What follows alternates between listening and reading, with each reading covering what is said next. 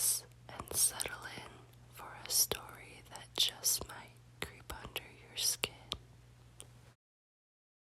Hey Mandy Maniacs, this is a continuation of part 2 to Friday's story, found at the end of Friday, Fear Drop Demon Edition.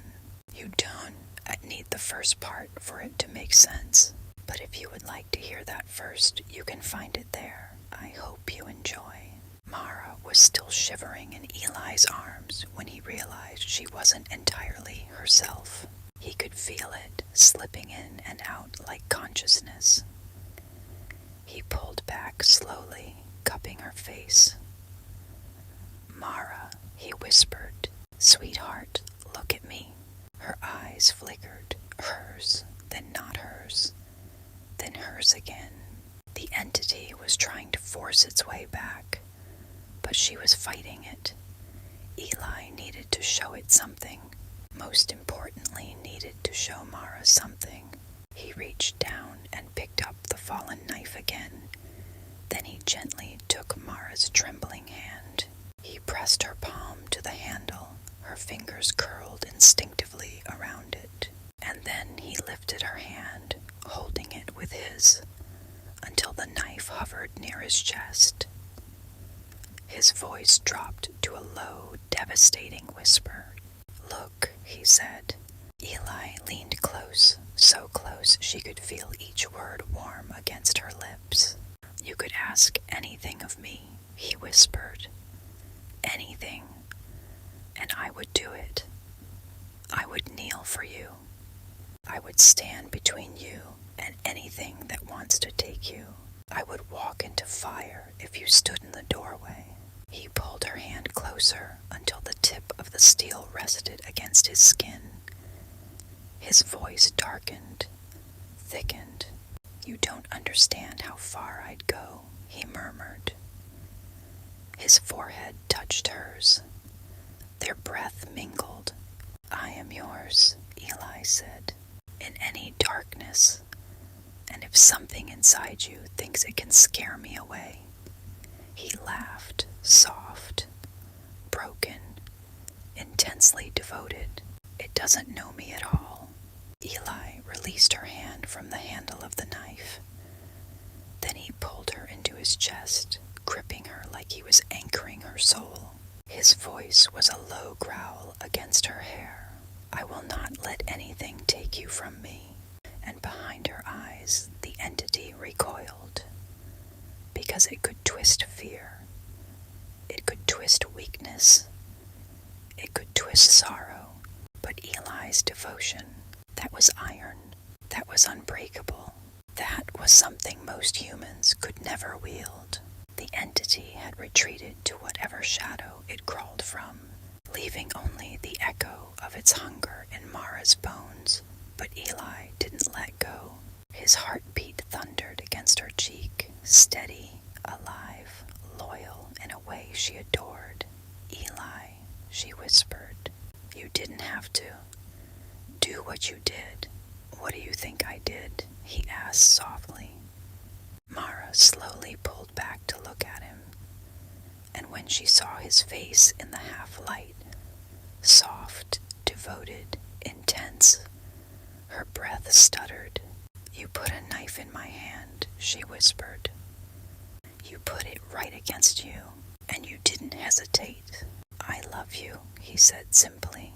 She ran her hand over his soft, immense belly that she enjoyed so much. He lifted his hand and placed it over hers, pressing her palm against him more firmly. "You offered yourself," Mara whispered. He didn't deny it. "Mara," he said quietly, "I would go so much further than that for you." His voice dropped to something darker. Truth pulled from the very bottom of him. "You don't get it yet," he said. "How far I'd go." He guided her hand higher until her palm rested over his pounding heart. "I live for you, and I would give my life for you without hesitation." He whispered, her throat tightened. "You love me that much?" she whispered. "More than you realize." He breathed, kissing her forehead. In that moment, Mara realized Eli wasn't just willing to protect her. He was willing to be vulnerable to her, to let her hold his life in her hands. Eli would walk into the dark for her. She grabbed the front of his shirt and pulled him against her, as if her body finally caught up to what her heart understood. This man would let the world break him before he let anything take her away. Eli held her, whispering against the crown of her head, "I'm not done proving it, sweetheart. Not even close." Back inside the truck, the storm had thinned to a cold, needling drizzle, tapping lightly on the roof like fingers insisting they be let in. Mara kept her knees pulled up on the seat, blanket wrapped around her shoulders, watching Eli in the driver's seat. His knuckles were white where they gripped the steering wheel. Mara's eyes roamed lower, resting on his enormous belly, the way it jiggled over every bump in the road. Mara bit her lip, mind going blank with desire.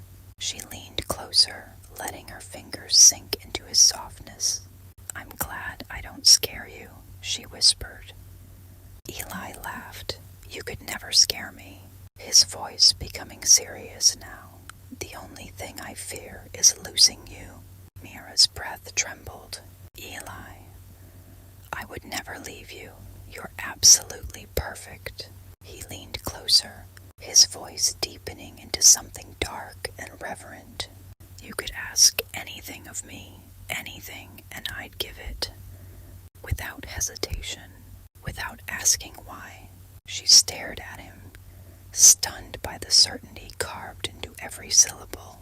He lifted her hand from his plump belly, kissing her fingers before setting it back down, holding his hand over hers, pressing her hand deep into his softness. "I'd go further, Mara," he said softly. "So much further than you think." A shiver of excitement climbed Mara's spine. "Sometimes," she whispered, "I have desires, thoughts, dark ones." She looked at him shyly. "Things I'm scared would scare you." Eli pulled his truck into park, now turning his eyes to Mara with that love-drunk look that made her heart flutter. Eli leaned in, slow, deliberate, unwavering. "Mara," he breathed, "there is nothing in you I would turn away from. Nothing too dark for me." He lifted her hand, placing it over his heart. "This," he whispered, "belongs to you." Not figuratively, literally. Mara felt delighted, overwhelmed. She climbed on top of Eli, fitting perfectly in the small space between Eli's belly and the steering wheel. She pressed hard into Eli, kissing him, enjoying the way his plump flesh felt beneath her. Something dark stirred inside her, wondering how it would feel between her teeth. "Sometimes I like when you get hurt," she whispered. "I don't want you hurt," she rushed. "Trust me, I don't. But there is a part of me that likes how far you shall go. That likes the way you look at me like I'm worth bleeding for. Like I'm worth everything." Her fingers curled tighter against his shirt. "And sometimes," she breathed, "I think about you doing even more than you should. More than anyone would. More than is sane. And it scares me because I like it." Eli's pupils were blown wide, his devotion unshakably tender. "Mira," his voice cracked low and reverent. "I feel that way. I am that. You didn't give me those thoughts. I had those thoughts long before tonight." She stared at him, stunned. And he continued, almost in a whisper, "I choose you over my own safety, over my own life. You matter that much. You're the only thing that matters to me." A shiver ran through her. "I'm yours," he murmured, his lips nearly grazing her ear. "And I like," he added, voice darkened with gentle devotion, "when you remember that."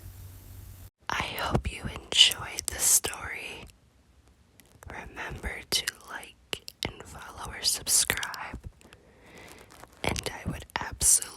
really love it if you would share this video with your friends, family, social media, or anyone that comes to mind to help me extend my reach.